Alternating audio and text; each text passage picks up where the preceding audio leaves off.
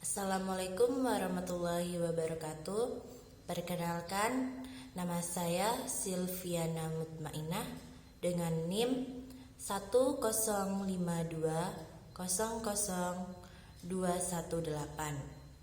dari Program Studi Ilmu Pemerintahan Fakultas Syariah Universitas Islam Negeri Sultan Taha Saifuddin Jambi. Saya akan menjawab soal yang telah diberikan oleh Bapak Z. Haryanto, SHMH. Soal yang pertama, jelaskan tujuan dan motivasi saudara memilih program studi ilmu pemerintahan di UIN STS Jambi sebagai institut pendidikan tinggi dalam menempuh pendidikan lanjutan.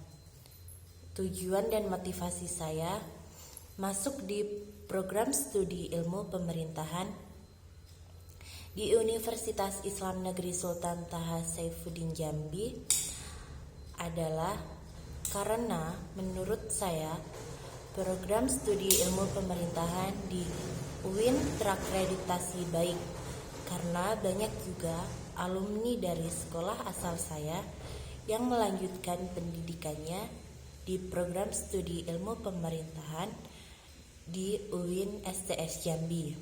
Dan mengapa saya mengambil ilmu pemerintahan? Karena saya ingin mengetahui lebih dalam apa itu pemerintahan. Pemerintahan yang dimaksud adalah pemerintahan yang sesungguhnya, pemerintahan yang berdasarkan asas-asas ilmu pemerintahan. Dan mengapa di UIN STS Jambi?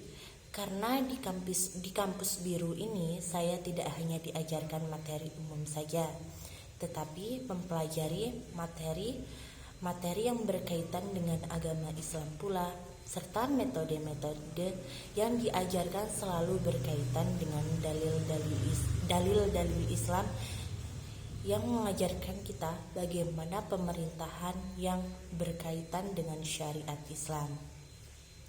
Soal yang kedua, apa salah satu tujuan hukum dan terciptanya keteraturan dalam memenuhi rasa keadilan bagi masyarakat? Sebutkan dan jelaskan menurut pendapat saya tentang definisi hukum. Apa kegunaan mempelajari ilmu hukum? Kegunaan mempelajari ilmu hukum khususnya bagi mahasiswa program studi ilmu pemerintahan, serta berikan contoh hukum yang tertulis maupun tidak tertulis yang ada di sekitar saudara. Uraikan dengan jelas. Menurut saya, kegunaan mempelajari ilmu hukum bagi mahasiswa ilmu pemerintahan adalah sangat penting, karena ada saatnya pula kita harus terjun langsung di masyarakat dan harus mengetahui apabila terjadinya pelanggaran, maka apa sanksi yang akan diberikan dan apa hukuman yang harus dijalankan. Contoh hukum tertulis adalah hukum bagi seseorang yang melakukan pembunuhan disengaja, maka akan terkena hukuman yang telah dituliskan dalam undang-undang yang harus dijalankan.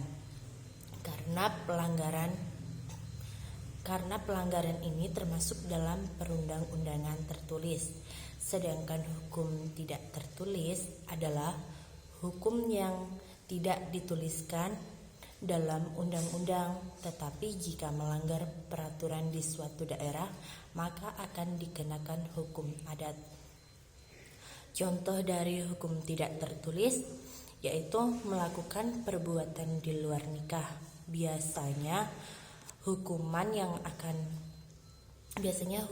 yang diberikan itu hukuman yang ada di adat tersebut. Misal cuci kampung sesuai dengan adat di daerah tersebut, atau adat yang tertera di daerah yang telah dinodai atau dicemar atau digunakan untuk perbuatan tersebut. karena hukuman itu tidak termasuk hukuman yang dituliskan dalam undang-undang di negara ini. Soal yang ketiga, uraikan dengan jelas tentang ilmu bantu dalam mempelajari ilmu hukum dengan memberikan contoh. Ilmu bantu hukum mempelajari persamaan dan perbedaan antara sistem hukum nasional yang satu dengan sistem hukum nasional lainnya yang digunakan ketika menerapkan hukuman terhadap warga negara lain. Contohnya, terjadinya ketidakadilan dalam masyarakat yang mengakibatkan kericuhan dan menewaskan korban jiwa. Maka ilmu hukum nasional bisa dibantu dengan hukum adat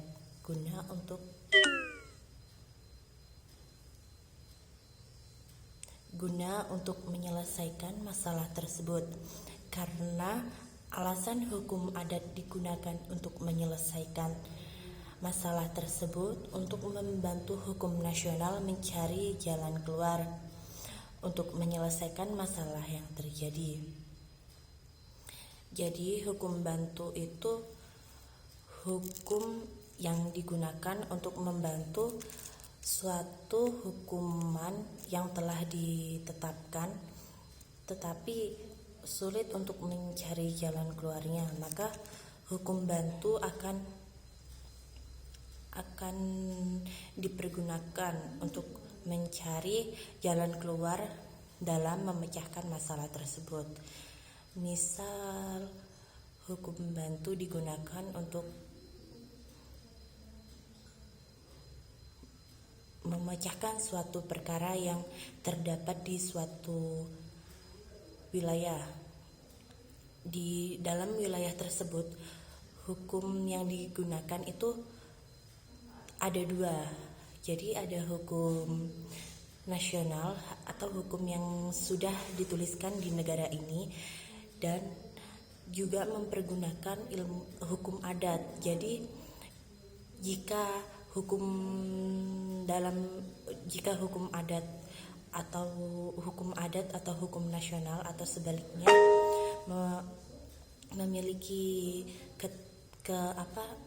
memiliki ada masalah tentang peraturan hukum, jadi hukum adat bisa membantu hukum nasional atau hukum nasional bisa membantu hukum adat untuk mencari jalan keluar untuk memecahkan suatu masalah atau perkara yang terjadi agar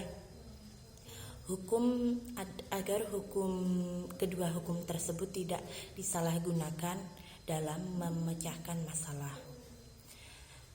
Sekian jawaban dari saya, kurang dan lebihnya saya mohon maaf.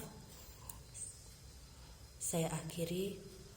Wassalamualaikum warahmatullahi wabarakatuh.